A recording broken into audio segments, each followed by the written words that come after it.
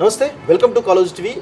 గత కొన్ని దశాబ్దాలుగా తెలంగాణ రాష్ట్రంలో కావచ్చు, రెండు తెలుగు రాష్ట్రాలు కావచ్చు, మాదిగలు మరియు మాదిగ ఉపకులాలకు సంబంధించిన వాళ్ళు రిజర్వేషన్ ఫలాలు పొందడం లేదు, ఎలాంటి బెనిఫిట్స్ పొందలేని చెప్పేసి చాలా పెద్ద ఎత్తున పోరాటాలు జరుగుతున్న విషయాలందరూ కూడా మనందరూ కూడా తెలుసు.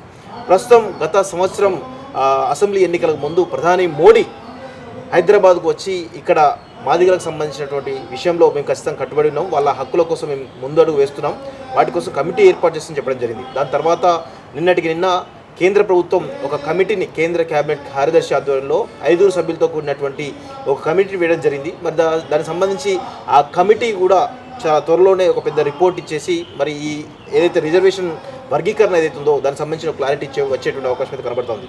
సో దీనికి సంబంధించి అసలు ఎస్సీ వర్గీకరణ సాధ్యమా, దానిలో ఉండేటువంటి లోటుపాట్లు ఏ విధంగా ఉంటాయి, అది ఏ విధంగా మరి మాదిగలకు మరియు మాదిగ ఉపకులాలకు ఏ విధంగా ఉపయోగకరమైన విషయాలు మనతో పాటు మాట్లాడడానికి ప్రొఫెసర్ గాలి వినోద్ కుమార్ గారు మనతో పాటు. వారు కూడా చాలా సంవత్సరాలుగా ఈ రిజర్వేషన్ పోరాటం మీద కావచ్చు, లేకపోతే ఇక్కడ జరుగుతున్నటువంటి వర్గ పోరాటాలకు వ్యతిరేకంగా ఎప్పటి నుంచో గలవిస్తూ ఉన్నారు. వారిని అడిగి ఈ వర్గీకరణ సంబంధించిన సాధ్యాసాధ్యాలు ఏంటో వారి మాట తెలుసుకునే ప్రయత్నిద్దాం. సార్ నమస్తే అండి. నమస్తే. ముందుగా కంగ్రాచులేషన్ సార్, మొత్తానికైతే ఒక అడుగు ముందుకు పడ్డట్టు కనబడుతూ ఉంది.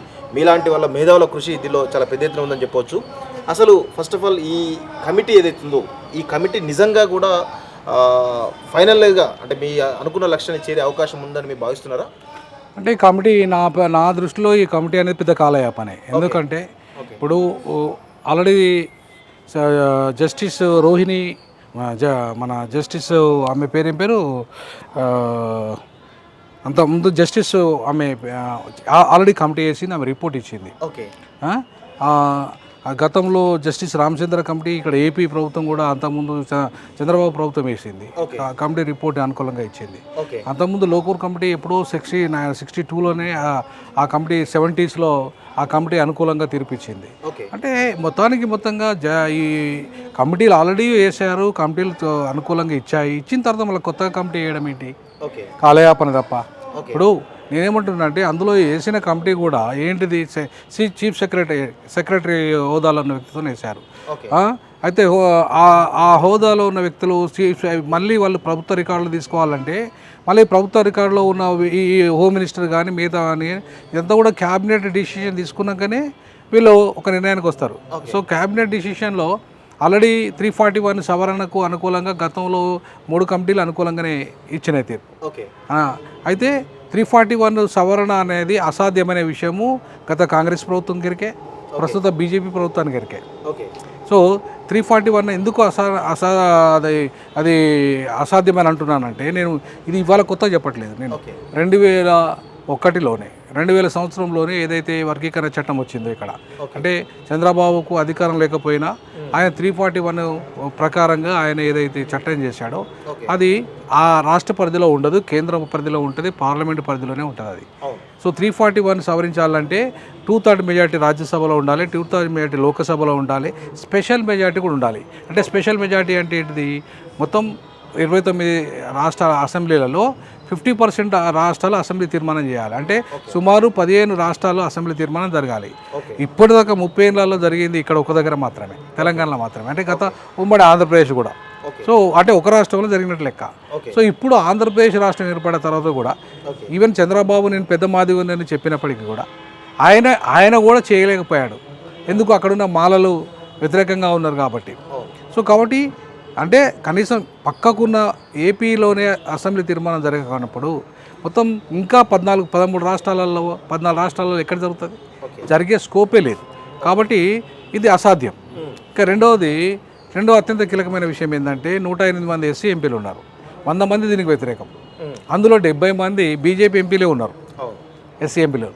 సో వాళ్ళందరూ వ్యతిరేకిస్తున్నప్పుడు బీజేపీ కూడా ఎట్లా చేస్తుంది, చేసే ఆస్కారం లేదు. ప్రధాని హోదాలో హైదరాబాద్కు వచ్చి మేము వర్గీకరణకు మేము కట్టుబడి ఉన్నాం, ఖచ్చితంగా మీకు న్యాయం చేస్తాము అని చెప్పేసి ప్రాసెస్ స్టార్ట్ చేయబోతుందని చెప్పి చెప్పడం జరిగింది కదా. కరెక్టే, ప్రధానమంత్రి ఆయన హామీ ఇచ్చినప్పటికీ కూడా దీనికి ఆల్టర్నేటివ్ సొల్యూషన్ చేయాలి. నేనేమంటున్నానంటే ఒకవేళ ఆయన చేసినా కూడా ఇప్పుడున్న ఈ ప్రాసెస్ అంతా చేసినా కూడా, ఈ ప్రాసెస్ నేను చెప్పిన ప్రాసెస్ అంతా కూడా చేసినా సరే రేపు మళ్ళీ రాష్ట్రానికి మాత్రమే అధికారం వస్తుంది. 341 ప్రకారంగా రాష్ట్రాలకు వర్గీకరణ, మళ్ళీ రాష్ట్రాలలో చట్టం చేయమని చెప్పి మళ్ళీ కొట్టాడాలి ఎవరు, ఇక్కడ మాలమాదిగలు. సో కాబట్టి ఇవాళ వీటి బదులు నేను మొదటి నుండి చెప్తున్నది ఏంటంటే ఈ పెద్ద క్రిటికల్ సమస్య దేశవ్యాప్తంగా బీజేపీ ప్రభుత్వాన్ని కూడా కోల్పోవడానికి ఆస్కారం ఉంటుంది. ఎందుకంటే ఉత్తరాదిలో అత్యధికంగా చెమార్ బెల్ట్ ఉంటుంది, మాదిగ బెల్ట్ అంటే చెమార్ ఉత్తరాది వాళ్ళంటే ఇక్కడ మాదిగలు. ఆ చెమార్ బెల్ట్ అంతా కూడా వ్యతిరేకిస్తే మాయావతి వ్యతిరేకం, రామ్దాస్ అత్వాలే వ్యతిరేకం, మాదిగలంతా వ్యతిరేకం. అక్కడ ఉత్తరాదిలో ఉన్న మాదిగలంతా వ్యతిరేకం. ఇక్కడున్న మాలలు వ్యతిరేకం, అక్కడున్న మహర్లు వ్యతిరేకం, ఇక్కడున్న మహర్లు వ్యతిరేకం. అంటే 108 మంది ఎస్సీ ఎంపీలలో 100 మంది వ్యతిరేకము, 8 మంది అనుకూలం. అంటే పార్లమెంట్లో చట్టం చేయాలన్నా కూడా ఈ 100 మంది వ్యతిరేకించే ఎస్సీ ఎంపీలు ఒకవేళ బీజేపీ మెజార్టీ ఉంది కాబట్టి అనుకూలమైనా కూడా రేపు ఆ చట్టం వచ్చినా కూడా మళ్ళీ రాష్ట్రంలో ఇప్పుడు రాష్ట్రంలో మళ్ళీ ఈ చట్టాన్ని అమలు చేయమని చెప్పి మళ్ళీ కొట్లాడాల్సిన ఇప్పటికే 30 దాటిపోయింది. సో ఈ 30 దాటిపోయిన ఇష్యూను పర్మనెంట్గా రిజాల్వ్ చేయాలి. అట్లా చేయకుండా మళ్ళీ రాష్ట్రానికి అధికారం ఇచ్చేసి చేయిలు దులుపుకుంటే కూడా ఈ సమస్యకు పరిష్కారం లభించదు. ఎందుకంటే రాష్ట్రాలకు అధికారం ఇచ్చిన అసెంబ్లీ తీర్మానం చేయలేని ఇప్పుడు జగన్మోహన్ రెడ్డి, గతంలో అసెంబ్లీ తీర్మానం చేయలేని ఎవరు చంద్రబాబు నాయుడు, వాళ్ళు వర్గీకరణ చట్టం ఎట్లా చేస్తారు? కాబట్టి ఏ రకంగా చూసినా ఇది మళ్ళీ అసాధ్యమే, ఇది మళ్ళీ ఈ సమస్యకు శాశ్వత పరిష్కారం కాదు. అందుకే నేనేం చెప్తున్నానంటే 371D ఇది కూడా భారత రాజ్యాంగంలోనే ఉంది. 341 అంటే షెడ్యూల్ కులాల యొక్క మొత్తం 1260 కులాలు ఉన్నాయి ఈ షెడ్యూల్ కులాల్లో దేశవ్యాప్తంగా. 1260 కులాలని వేరు కులాలే, యాక్చువల్గా ఇవి ఒక కులం కాదు, వేరు కులాలని ఒకటే షెడ్యూల్ కింద చేర్చి 341 అనే చట్టాన్ని తీసుకొచ్చారు. ఈ ఒకటే షెడ్యూల్లో చేర్చిన ఈ చట్టం ఏదైతే ఉందో ఈ చట్టం నుండి దీన్ని విడగొట్టాలి, వీళ్ళని విడగొట్టాలంటే ఇప్పుడు నేను చెప్పే ప్రాసెస్ అంతా చేయాలి. ఏంటిది? 2/3 పార్లమెంట్లో, 2/3 రాజ్యసభలో, అట్లాగే స్పెషల్ మెజారిటీ అంటే 15 రాష్ట్రాలలో అసెంబ్లీ తీర్మానం జరగాలి. ఇలా విడగొట్టాలంటే అంటే కేటగరైజ్ చేయాలి ABCDగా చేయాలంటే.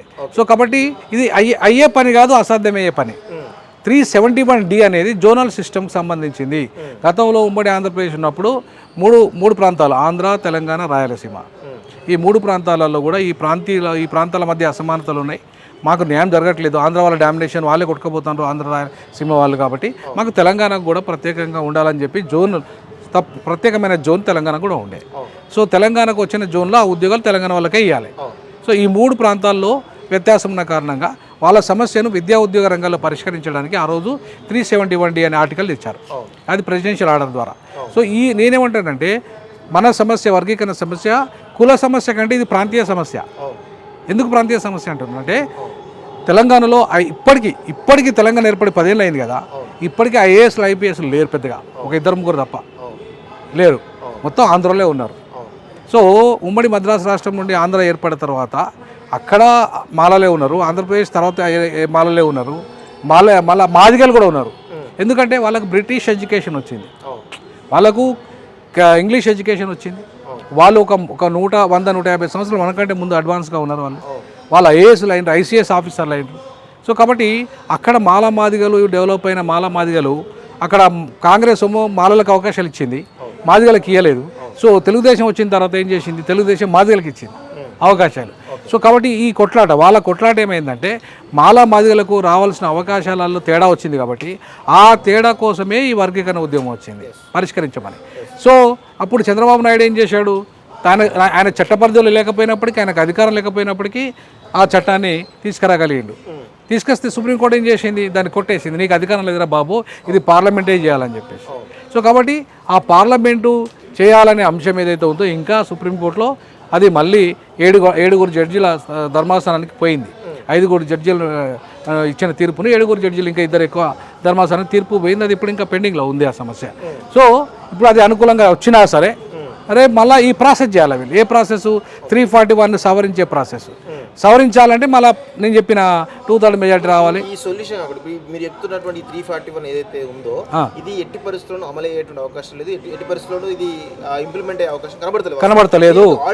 అందుకే అదే 371D ఇది యాక్చువల్గా దేశ సమస్య కాదు, ఈ వర్గీకరణ సమస్యని దేశ సమస్య కాదు, అది మార్చిండ్రు. యాక్చువల్గా ఆల్రెడీ పంజాబ్లో సమస్య పరిష్కారం అయిపోయింది, యూపీలో సమస్య పరిష్కారం అయిపోయింది, తర్వాత హర్యానాలో అయిపోయింది. తర్వాత ఈ సమస్య అంటే ఆయా రాష్ట్రాలలో దళిత అండ్ మహాదళిత అంటే అభివృద్ధి చెందిన దళితులు, అభివృద్ధి చెందని దళితులు అనే 2 విభాగాలుగా చేసి ఈ సమస్యను పరిష్కరించారు. ఈవెన్ తమిళనాడులో అరుంధతి పెంచింది అక్కడ ప్రభుత్వం, రాష్ట్ర ప్రభుత్వం. కాబట్టి మ్యాక్సిమం ఈ సమస్య పరిష్కారం అయిపోయింది. పరిష్కారం కాకుండా ఉన్నది ఎక్కడంటే ఆంధ్ర తెలంగాణలో. సో ఆంధ్ర తెలంగాణలో సమస్యని తీసుకుపోయి దేశం మీద రుద్దాలనే ప్రయత్నము మందకృష్ణ మాదిగ నేతృత్వంలో జరిగింది. అది 341 సవరణ అంటే దేశీయ సమస్యగా మారింది. అది నేనేమంటానంటే దీన్ని దేశ సమస్య నుండి విడగొట్టి ఈ రాష్ట్ర సమస్యగానే దీన్ని చూసి ఇదే 371Dలో ఈ వర్గీకరణ సమస్యని పరిష్కరించే విధంగా జిల్లాను యూనిట్ చేసుకొని జోనల్ సిస్టంలో 2 రాష్ట్రాలలో, ఆ రాష్ట్రంలో ఈ రాష్ట్రంలో వర్తించే విధంగా ప్రెసిడెన్షియల్ ఆర్డర్ని సవరించి ఎదిగిన మాదిగలు మాదిగ ఉపకులాలు, ఎదగని మాలలు ఎదిగిన మాలలు మాల ఉపకులాలు 2 విభాగాలు, ఎక్కువ ఏబిసిడి అని 4 విభాగాలు అక్కర్లేదు. డబ్బు అంటే కొంచెం సంపన్నులైన వాళ్ళు, అంటే నాలాంటి వాళ్ళు ఐఏఎస్లు అయిన వాళ్ళు, ఐపీఎస్లు, నా ప్రొఫెసర్లు, డాక్టర్లు వీళ్ళందరికీ వర్గీకరణ చట్టం తీసుకురాదు. సో ఎదిగిన వాళ్ళు కాబట్టి ఎదగని వాళ్ళు ఎవరైతే ఉన్నారో వాళ్ళని వాళ్ళ ఉపకులాలని, అలాగే పూర్తి పేదలు ఉన్నారో ఆర్థిక అసమానతల అంతే రిజర్వేషన్ ఫలాలు అనేది సామాజిక అసమానతల కోణంలోనే మనం చూసినాం 100%. కానీ ఇది సామాజిక కోణమే నేను చెప్పేది. సామాజిక కోణం అని ఎందుకంటున్నానంటే ఫర్ ఎగ్జాంపుల్ మాదిగా, డబ్బు లేని మాదిగని పెళ్లి చేసుకుంటాడా? చేసుకోడు. అంటే అప్పుడు ఏంటిది? ఆర్థిక సమస్య కదా. మాదిగల్లో డబ్బు ఉన్నవాడు డబ్బు లేనివాడు పెళ్లి చేసుకున్నప్పుడు డబ్బు లేని మాదిగనితోని డబ్బున్న మాదిగడు పోటీ పడతాడా? ఫర్ ఎగ్జాంపుల్ నేనే ఉన్నా, నేను ప్రొఫెసర్ను, మా తమ్ముడు చిన్న పని చేసుకుని వస్తాడు, వాని పిల్లలు నా పిల్లలు పోటీ పడతారా? పోటీ పడతారుగా. ఎందుకు? నేను ఉద్యోగస్తుని కాబట్టి. నా పిల్లలు హైదరాబాద్లో చదువుతున్నారు, నా పిల్లలు లండన్లో చదువుతున్నారు. మరి నా తమ్ముని పిల్లలు అక్కడ ఊర్లో ఉన్న వాళ్ళు పోటీ పడి ఒకటే ఉద్యోగానికి పోటీ పడతారా? సొంత తమ్ముడే కదా వాడు. అప్పుడు ఆర్థిక మూలాలే కదా సమస్య. సో కాబట్టి ఈ సమస్య ఆర్థిక సమస్య కూడా కుల సమస్యే కాదు. సో కాబట్టి నేనేమంటానంటే దీంట్లో 2 విభాగాలు చేయాలి. ఒకటి డబ్బున్న లేదా ఎదిగిన వాళ్ళకి తక్కువ రిజర్వేషన్లు ఇచ్చి, లేదా అసలు తీసేసి ఎదిగిన వాళ్ళందరినీ తీసేసి కొంచెం మిడిల్ క్లాసు దళితులు, పేద దళితులు వాళ్ళకి కేటగరైజ్ చేసేసి 15% రిజర్వేషన్ ఉంది కదా, 15%లో ఈ ఓన్లీ 5% వీళ్ళకి కొంచెం మిడిల్ క్లాస్ వాళ్ళకి ఇచ్చి 10% పేదలకు ఇచ్చేసి 15% పెంచగలిగితే అసలు రాజ్యాంగం సమస్య ఉండదు. ఈ పేదలకు న్యాయం జరుగుతుంది. అత్యంత పేదరికంలో ఉన్న వాళ్ళ రిక్షా పిల్లలకి, వ్యవసాయ కూలి పిల్లలకు, తర్వాత ఈ చిన్న కార్మికుల పిల్లలకి అంతా కూడా న్యాయం జరుగుతుంది. వాళ్ళకి కదా కావాల్సింది వర్గీకరణ ఫలాలు, రిజర్వేషన్ ఫలాలు. సో ఇట్లా కాకుండా ఇప్పుడు ఏబిసిడి అని చెప్పినా కూడా మళ్ళీ ఏమైతే డబ్బు ఉన్న పిల్లలకే పోతుంది. ఏబిసిడిలో కూడా అక్కడ నువ్వు ఆర్థిక ప్రాతిపదిక పెట్టకపోతే మళ్ళీ ఏమవుతుంది? నాలాంటి చదువుకున్న ప్రొఫెసర్ల పిల్లలు, డాక్టర్ల పిల్లలు, కలెక్టర్ల పిల్లలు, ఎస్పీల పిల్లలు, లేదా సంపన్నుల పిల్లలు. పంజాబ్లో మీరు అన్న యూపీలో ఇదే రకమైనటువంటి సిస్టమ్ అమలవుతుందా సార్? ఎస్, వాళ్ళు దళిత్ అండ్ మహాదళిత్గా విభజన చేసిండ్రు. కాబట్టి అంటే దళిత్ అంటే కొంచెం డెవలప్ అయిన, మహాదళిత్ అంటే పేదలు. సో పేదైన డెవలప్ అయిన వాళ్ళు పేదలు అనే వర్గీకరణ తీసుకొచ్చారు. ఈ 2 చేయండి, దానివల్ల పరిష్కారము శాశ్వతంగా అవుతుంది. అప్పుడు ఈ 341 అవసరం ఉండదు, అప్పుడు అవసరమే లేదు. ఈ 371Dలో సింపుల్ మెజార్టీలో ప్రెసిడెన్షియల్ ఆర్డర్ని సవరించవచ్చు. అరే బీజేపీ 370 రద్దు చేసింది ఒక ఎగ్జిక్యూటివ్ ఆర్డర్ ద్వారా. ఆఫ్టర్ ఆల్ ఈ సమస్యను పరిష్కరించలేదా? ఎగ్జిక్యూటివ్ ఆర్డర్ ద్వారా పరిష్కరించవచ్చు. ఈవెన్ ఆ చీఫ్ సెక్రటరీ కూర్చొని ఒక ఎగ్జిక్యూటివ్ ఆర్డర్ని తయారు చేయించి ప్రెసిడెన్షియల్ ఆమోదం చెప్పిస్తే అయిపోతుంది. సింపుల్. అసలు దీనికి ఏ అసెంబ్లీతో పని కూడా లేదు, తీర్మానంతో పని లేదు, రాజ్యసభ తీర్మానంతో పని లేదు, లోకసభ తీర్మానంతో పని లేదు, అసలు స్పెషల్ మెజారిటీతో అసలే పని లేదు. మరి ఇంత సింపుల్గా పరిష్కారం అయ్యే సమస్యని తీసుకుపోయి 341 సవరణ పేరు మీద జటిలం చేసి 30 ఏళ్ళుగా మాలా మాదిగలు కొట్లాడుకునే విధంగా అసలు జరిగింది లేదు. దీనివల్ల బీజేపీ పార్టీకి ఏం లాభం అసలు? అంటే నష్టపోయే అవకాశం ఎక్కువ కనబడుతుంది. అంటే బీజేపీ రామ మందిర నిర్మాణము ఇవాళ జరిగిన తర్వాత మాదిగ పల్లెల్లోకి రామాలయం తీసుకొచ్చే ప్రయత్నంలో భాగంగా ఇవాళ బీజేపీ చేస్తుంది. ఈ సమస్యను మీదేసుకున్నది. దేశవ్యాప్తంగా ఉన్న చెమర్ బెల్ట్ అంతా కూడా ఇవాళ క్రైస్తవ మతంలోకి పోయినరు. ఇవాళ తెలంగాణలో 90% క్రైస్తవులుగానే ఉన్నారు. ఇవాళ హిందూ జనాభాలో వాళ్ళు ఉన్నప్పటికీ, పేరుకు హిందూ జనాభాలో ఉన్నప్పటికీ, రిజర్వేషన్లు హిందూ జనాభా ప్రకారం పొందుతున్నప్పటికీ వాళ్ళు మాత్రం చర్చికి దేవుని నమ్ముకునేది మాత్రం యేసుక్రీస్తుని నమ్ముకుంటున్నారు ఎక్కువ మంది. మిగతా వాళ్ళు కొంతమంది బుద్ధిస్టుగా మహారాష్ట్రలో ఉన్నారు, కొంతమంది ఏంటిది హిందువులుగా ఉన్నారు. అట్లా ఇవాళ విడిపోయినారు. కానీ 90%, 8 to 90% మాత్రం క్రైస్తవులుగా ఉన్నారు. వీళ్ళందరినీ ఎటు తీసుకుపోవాలి? మనం గర్వాపసి తీసుకుపోవాలి. గర్వాపసి తీసుకుపోవాలంటే శ్రీరాముని బొమ్మ దగ్గర తీసుకుపోవాలి, ఆ దేవాలయాలను కట్టించేసి గర్వాపసి ఇచ్చేసి క్రమంలో ఇలా మందకృష్ణను, అన్నా నువ్వు శ్రీరామునివి, నేను లక్ష్మణ్ని అన్నాడు మా మందకృష్ణ మాదిగా. అంటే అర్థమైంది, శ్రీరాముడిని ఏదైతే ఇప్పుడు ఆ రామ మందిరం ఉందో అక్కడ నిర్మాణం రేపు జరగబోతుందో దాన్ని మొత్తం మా దళిత వాడాలను తీసుకొచ్చి అరే బాబు చర్చి వేయడానికి రిజర్వేషన్లు ఉన్నాయి, ఆల్రెడీ మేము వ్యతిరేకించినాము, నువ్వు పోతే రామాలయం పో, లేకపోతే చర్చికి పోతే మొత్తం అన్నీ బంద్ అయిపోతారా బాబు అంటే చచ్చుకుంటే మావాడు ఏం చేస్తాడు, అలాగే పోతాడు. సో ఇది జరిగే కుట్ర. ఈ కుట్రలో భాగంగానే ఈరోజు మందకృష్ణ మాదిగను ఒక పావుగా వాడే ప్రోగ్రాము ఈ వర్గీకరణ ప్రోగ్రాము మా యొక్క మత స్వేచ్ఛను హరించడము. ఇంతకాలము ఇప్పటికే మాకు మత స్వేచ్ఛ లేదు. బాబాసాహెబ్ అంబేద్కర్ కూడా ఇవాళ ఈ దళిత క్రైస్తవులకు దళిత ముస్లింలకి రిజర్వేషన్లు లేవని చెప్పేసి ఏదైతే 1950 ఆర్డర్ ఉందో, పేరా నంబర్ 3 ఉందో, బాబాసాహెబ్ బతుకున్నప్పుడే 1950లోనే అది రాజ్యాంగంలో చొప్పించబడ్డది. ఆయన ఆ రోజే దాన్ని వ్యతిరేకించి ఉంటే ఇవాళ ఈ పరిస్థితి దారుణమయ్యేది కాదు. ఎందుకు అంటున్నాయి నేను ఈ మాట అంటే, ఫర్ ఎగ్జాంపుల్ క్రైస్తవ మతం తీసుకున్న ఓసీలకి 10% ఈడబ్ల్యూఎస్ రిజర్వేషన్లు వర్తిస్తున్నాయి. అట్లాగే క్రైస్తవ మతం తీసుకున్న బీసీలకి 27% వాళ్ళ రిజర్వేషన్లు వర్తిస్తున్నాయి, బీసీ రిజర్వేషన్లు. క్రైస్తవ మతం తీసుకున్న ఎస్టీలకి వర్తిస్తున్నాయి, వాళ్ళకి 7.5. కానీ ఒక్క ఎస్సీలకే ఈ కండిషన్ ఎందుకు పెట్టారు? క్రైస్తవ మతం తీసుకుంటే మీ రిజర్వేషన్ రద్దు చేస్తామని. ఇది అన్యాయం కదా, ఇది రాజ్యాంగ వ్యతిరేకం కదా, ఇది మత స్వేచ్ఛను హరించడమే కదా. కాబట్టి నేనేమంటున్నానంటే ఈ మత స్వేచ్ఛను హరించి 30 కోట్ల దళిత ప్రజల యొక్క మత స్వేచ్ఛను హరించే హక్కు ఇలా బీజేపీ ప్రభుత్వానికి లేదు. ఇవాళ కాంగ్రెస్ గత ప్రభుత్వం కూడా నిర్లక్ష్యం చేసింది ఈ 30 కోట్ల జనాభాని. నేను ఒకటే అంటున్నా, ఈ 1950 పేరా నంబర్ 3ని రద్దు చేయండి భారత రాజ్యాంగం నుండి. నిజంగా బీజేపీ చిత్తశుద్ధి ఉంటే ఫస్ట్ ఆ పని చేయండి. మత స్వేచ్ఛ అందరికీ ఇవ్వండి. మేము ఒకప్పుడు ఆది హిందువులం కదా, మేము మళ్ళీ మీ ఆది హిందుత్వానికి రావాలంటే కుల వ్యవస్థ రద్దు చేయండి, అసలు మా కులమే లేకుండా చేయండి. మాకు ఇప్పుడు కులంతోనే సమస్య కదా మాకు. ఇవాళ మతం మేము పోవచ్చు, మేము మతం మార్చుకునే హక్కు మీకు కల్పించారు, మరి మీ కులం మార్చుకునే హక్కు మాకు ఇచ్చినా మీరు ఇవ్వలేదు కదా. మేము కులాన్ని మార్చుకోవాలనుకుంటున్నాం. మరి దమ్ముంటే బీజేపీకి దమ్ముంటే మా కులాన్ని రద్దు చేయండి. మాకు ఆ సమస్య ఉండదు కదా మా కులం రద్దు అయితే, ఎందుకంటే కులం వల్లనే కదా మేము వేక్షత ఎదుర్కొంటున్నాము. కాబట్టి మేము మా మతంలోకి ఎందుకు పోయినాం, క్రైస్తవ మతంలోకి ఎందుకు పోయినామండి? మా ఈ హిందూ మతంలో కుల వ్యవస్థ ఉంది, అంటరానితనం ఉంది, అణచివేత ఉంది కాబట్టి అలా పోయినాం మేము. అలా లేదు కాబట్టి. కానీ అందులో పోయిన తర్వాత కూడా అలా రెడ్డి క్రైస్తవుడు బాగానే ఉన్నాడు, బీసీ క్రైస్తవుడు బాగానే ఉన్నాడు, ఎస్టీ క్రైస్తవుడు బాగానే ఉన్నాడు. బాగాలేని దాని ఎవడు? దళిత క్రైస్తవుడు, ఎస్సీ క్రైస్తవుడు కదా. సో కాబట్టి ఈ ఎస్సీ క్రైస్తవుని సమస్య అక్కడ పోయినా కూడా పరిష్కారం లభించట్లేదు.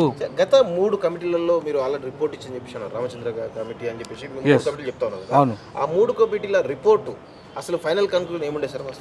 341ని సవరించాలి, క్లాజ్ నెంబర్ 3 చేర్చాలి, దాంట్లో రాష్ట్రాలకు అధికారం ఇవ్వాలని ఉంది ఆ కమిటీల యొక్క రిపోర్ట్స్.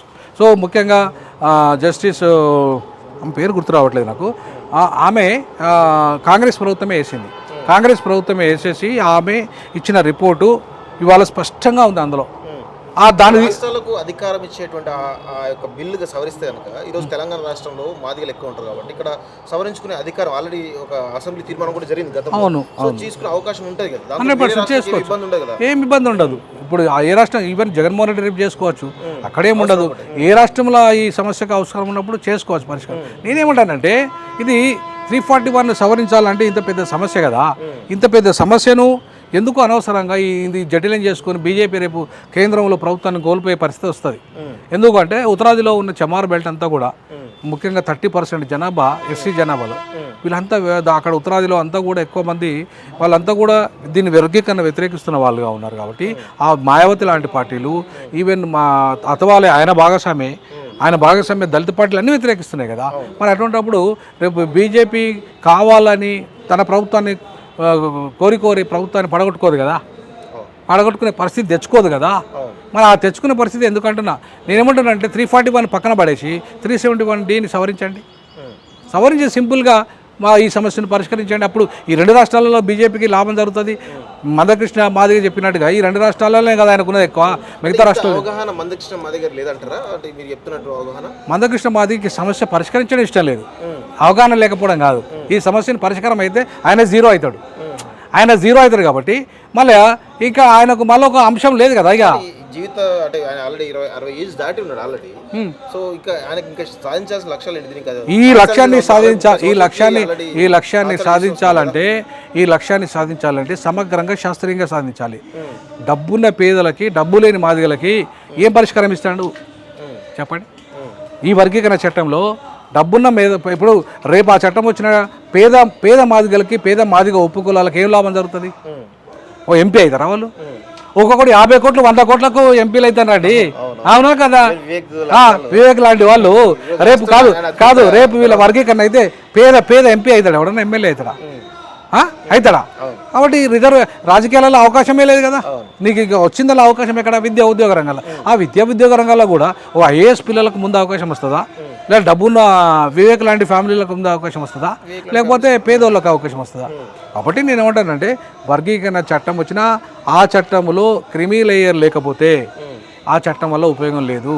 కాబట్టి నేనేమంటాను 371Dలో క్రిమి లేయర్ పెట్టి ఈజీగా పరిష్కారం చేసుకునే ఈ సమస్య, ఎక్కడ ప్రాసెస్తో సంబంధం లేని సమస్యను జటిలం చేసేసి 30 ఏళ్ళుగా ఇవాళ మాకు రాజకీయ వర్గీకరణ ఫలాలు అంటే మాదిగలకు రావాల్సిన ఫలాలు దక్కకుండా చేయడంలో మొదటి ముద్దాయిగా ఉన్నది ఎవరంటే మందకృష్ణ మాదిగ, మిగతా రాజకీయ పార్టీలు. సో రాజకీయ పార్టీలు ఏం చేస్తున్నాయి? ఈయన పోతాడు ఆ పార్టీకి మద్దతు అంటాడు, ఈ పార్టీకి మద్దతు అంటాడు, ఆ పార్టీ మద్దతు అంటాడు, సమస్యను మాత్రం పరిష్కరిస్తలేడు. కాబట్టి ఇవాళ మొదటి ముద్దాయిగా నువ్వు ఉంటే రెండవ ముద్దాయిగా పాలకులు ఉన్నారు. సో మీ ఇద్దరు కుమ్మక్కయ్యే కదా ఈ సమస్యను పరిష్కరిస్తలేరు.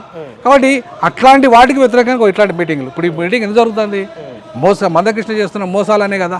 కాబట్టి ఈ మోసాలను ఎండగొట్టే కార్యాచరణ జరుగుతుంది. ఆ కార్యాచరణలో భాగంగా నేను ప్రజల వైపు, పక్షాన వైపు, మాదిగా ఉపకులాల వైపున నేను మాలలకు వ్యతిరేకం కాదు. మాలలో కూడా వాళ్ళ జనాభా ప్రకారంగా వాళ్ళకి వాటా రావాలి. నేను చెప్పిన దాని ప్రకారం అయితే వాళ్ళకు కూడా వస్తుంది. నేను చెప్పిన దాని ప్రకారం అయితే మాల ఉపకుల పేదలకే అవకాశాలు వస్తాయి, అంతేగాని డబ్బున్న వాళ్ళకి రావు. సో కాబట్టి పేద మాదిగ ఉపకులాలు, మాదిగ కులాలకి ఈ అవకాశాలు, రాజ్యాంగ ఫలాలు దక్కాలన్నా, రాజకీయ ఫలాలు దక్కాలన్నా, విద్యా ఉద్యోగ రంగంలో అవకాశం రావాలన్నా 100% క్రిమి లేయర్ ఉండాల్సిందే. క్రిమి లేయర్ పెట్టాలంటే రాజ్యాంగం ఒప్పుకోదు కాబట్టి 371 ప్రకారం జరగదు. కాబట్టి 371Dలో చేర్చగలిగితే ఈజీగా సమస్య పరిష్కారం అవుతుంది. లేదా నువ్వు 341 సవరించిన సరే దాంట్లో క్రిమి లేయర్ పెట్టగలిగితే రాష్ట్రాలలో చేసే చట్టంలో క్రిమి లేయర్ పెట్టగలిగితే అప్పుడు నువ్వు ఎంత ఈడబ్ల్యూఎస్ క్రిమి లేయర్ మీద వచ్చింది కదా. ఈడబ్ల్యూఎస్ అనేది 8 లక్షల పరిమితి మీద వచ్చింది కదా. మరి దీంట్లో కూడా పెట్టేసి ఇందులో కూడా క్రిమి లేయర్ పెట్టు. ఎందుకంటే మా దాంట్లో డబ్బున్నవాడు ఎందుకు అవకాశాలు పొందాలా? ఐఏఎస్ల పిల్లలు మళ్ళీ ఐఏఎస్లు ఎందుకు కావాలి? ఒక కాకీరావు మాధవరావు ఫ్యామిలీలో 14 మంది ఐఏఎస్లు ఉన్నారు. ఇది అన్యాయం కాదా? ఇప్పుడు ఆ రత్నప్రభ ఫ్యామిలీలో అంతమంది ఐఏఎస్ ఉన్నారు. ఇది అన్యాయం కదా? మరి పేద మాది కూడా ఎప్పుడు కావాలండి? ఊరు నుండి వచ్చే మాది కూడా ఎప్పుడు కావాలండి? మాలోడు ఎప్పుడు కావాలండి? ఉపకులాలు ఎప్పుడు కావాలండి? ఈ డబ్బు ఉన్న వాళ్ళ కోసమే ఉద్యోగం చేస్తున్నాడు మందకృష్ణ మాదిగా. ఈ సంపూర్ణల కోసమే చేస్తున్నాడు. నేను అట్లా చేయదలుచుకోలే. ఈ పేదల కోసమే, పేద మాదిగల కోసమే, మాదిగ ఉపకులాల కోసమే, మాల ఉపకులాల కోసమే నేను చేస్తున్నాను. బాబాసాహెబ్ అంబేద్కర్ వారసునిగా, నిజమైన వారసునిగా ఈ పేద మాదిగ మాల ఉపకులాలకి న్యాయం జరగాలి. పేదలకు న్యాయం జరగాలంటే ఈ 341 సవరణతో జరగదు. ఖచ్చితంగా వర్గీకరణ ABCD. ఇప్పుడు ప్రజెంట్ కమిటీ 341 సవరణ గురించేనా వేరే ఇంకేం అంశాలు ఇంకా వేరే అంశాలు చర్చించాలని కోరుకుంటున్నాను. నేనేమంటానంటే వాళ్ళు సంక్షేమ రంగంలో, ముఖ్యంగా సంక్షేమ రంగం చాలా కీలకమైన అంశం. సో సంక్షేమ రంగంలో ఎవరి జనాభా ఎంతో వాళ్ళకంత వాటా అయ్యాలి. దాంట్లో కూడా పేదలకే. ఇప్పుడు నరేంద్ర మోడీ గారు వారి యొక్క సిద్ధాంతం ఏంటంటే అత్యంత పేదవాళ్ళు, వెనుకబడ్డ వాళ్ళకి ఇవ్వాలంటున్నాడు కదా. సో ఆ సిద్ధాంతాన్ని ఈ వర్గీకరణలో అమలు చేయమంటున్నాను నేను. ఇప్పుడు మీ సిద్ధాంతం ఉంది కదా, ఆయన దీన్ దయాళ్ ఉపాధ్యాయ చెప్పినట్టుగా కడు పేదవాడు అంటే ఎవరు? మాదిగల చాలా పేదరికంలో ఉన్నాడు కదా, ఉపకులాలలో. సో వాళ్ళని దృష్టిలో పెట్టుకొని చేయమంటున్నా నీ వర్గీకరణ చట్టం. అంతేగాని డబ్బున్న వాళ్ళని దృష్టిలో పెట్టుకొని వర్గీకరణ చట్టం వస్తే దానికి అర్థమే లేదంటున్నా. చివరిగా తెలంగాణలో ఉన్నటువంటి దళితులకు కానీ లేకపోతే దేశవ్యాప్తంగా ఉన్నటువంటి దళిత సమాజానికి ఈ యొక్క కమిటీ ఏర్పాటు వల్ల జరుగుతున్న నష్టాలు కావచ్చు, లాభాలు కావచ్చు, అంటే మీరు ఏం చెప్పదలుచుకున్నారు? అంటే కమిటీ వల్ల నష్టం జరుగుతుంది నేను అన్నాను, కానీ లాభమే జరుగుతుంది. కానీ లాభము శాస్త్రీయంగా జరగాలంటున్నా, ఒక శాస్త్రీయ కోణంలో సైంటిఫిక్గా జరగాలంటున్నా, సైంటిఫిక్గా ఈ సమస్యను పరిష్కరించాలంటున్నా, జటిలం చేయొద్దంటున్నా. ఇప్పటికీ జటిలం చేసి 30 ఏళ్ళుగా మా శ్రమను, మా టాలెంట్ను, మా సమయాన్ని వృధా చేశారు, మా డబ్బును వృధా చేశారు. కాబట్టి ఇక 3 తరాలు నాశనం అయిపోయినాయి. ఇంకా మా తరాలను దయచేసి మా తరాలను మీరు ఇంకా నాశనం చేయకండి. పాలక సమాజం అలాగే నాయకత్వం మా తరాలను బాగు చేయండి. మా భవిష్యత్ తరాలు బాగు చేయాలంటే మా దళిత సమాజము, మా దళిత క్రైస్తవ సమాజము, మా పేదలు ఎవరైతే ఉన్నారో, మా ఈ అన్ని కులాలు, అన్ని మతాలు ఇందులో ఉన్నాయి. అన్ని కులాల వాళ్ళు ఉన్నారు, 59 కులాలు ఉన్నాయి, ఎంత అన్ని మతాల వాళ్ళు ఉన్నారు. వీళ్ళందరికీ న్యాయం జరగాలంటే ముఖ్యంగా పేదరికం అనే భూతం ఒకటి చాలా భయంకరమైన భూతం. అది ఏ కులంలోనే, ఏ మతంలోనే ఆ భూతాన్ని పరిష్కరించే విధంగా నీ వర్గీకరణ ఫార్ములా ఉండాలి. అంతేగాని ఆ భూతాన్ని అట్లనే పెట్టేసి పేదలను పేదలుగా ఉంచి ధనికులను చేస్తా అంటే ఈ వర్గీకరణ చట్టం వల్ల లాభం లేదు. ఆ దిశగా ఆలోచన కేంద్రం చేయాలి, ఆ దిశగా ఇప్పుడున్న కమిటీ చేయాలి, ఆ దిశగా పాలక పార్టీ చేయాలి, ప్రతిపక్షాలు చేయాలి, ప్రజలు ఆలోచించాలి. ఆ దిశగా ఆలోచించి ఈ సమస్యకు శాశ్వత పరిష్కారాన్ని అందించే దిశగా అడుగులు వేయాల్సిందిగా నేను కోరుకుంటున్నాను. Thank you sir. సో మొత్తానికి ఇది ప్రొఫెసర్ గాలి వినోద్ కుమార్ గారితో ఈ ఎస్సీ వర్గీకరణ కమిటీ పైన సాధ్యాసాధ్యాల సంబంధించిన అంశాలపైన వారు చాలా విషయాలు ఈరోజు 341 ఆర్టికల్కి సంబంధించినటువంటి ఇంప్లిమెంటేషన్ ఏ విధంగా ఉంటుంది, అదేవిధంగా 371D ఏ విధంగా వస్తే ఏ విధంగా బాగుంటుంది అనే కోణంలో చాలా విషయాలు చెప్పడం జరిగింది. సో మొత్తానికి చూద్దాం ఎస్సీ వర్గీకరణ అంశం ఏ విధంగా ఈ సమస్య పరిష్కారం దిశగా కేంద్రం అడుగులు వేస్తుందో చూడాల్సిన అవసరం ఉంది. ఇది మొత్తానికైతే గాలి వినోద్ కుమార్ గారితో స్పెషల్ ఇంటర్వ్యూ. చూస్తున్నాండి college TV. Thank you very much.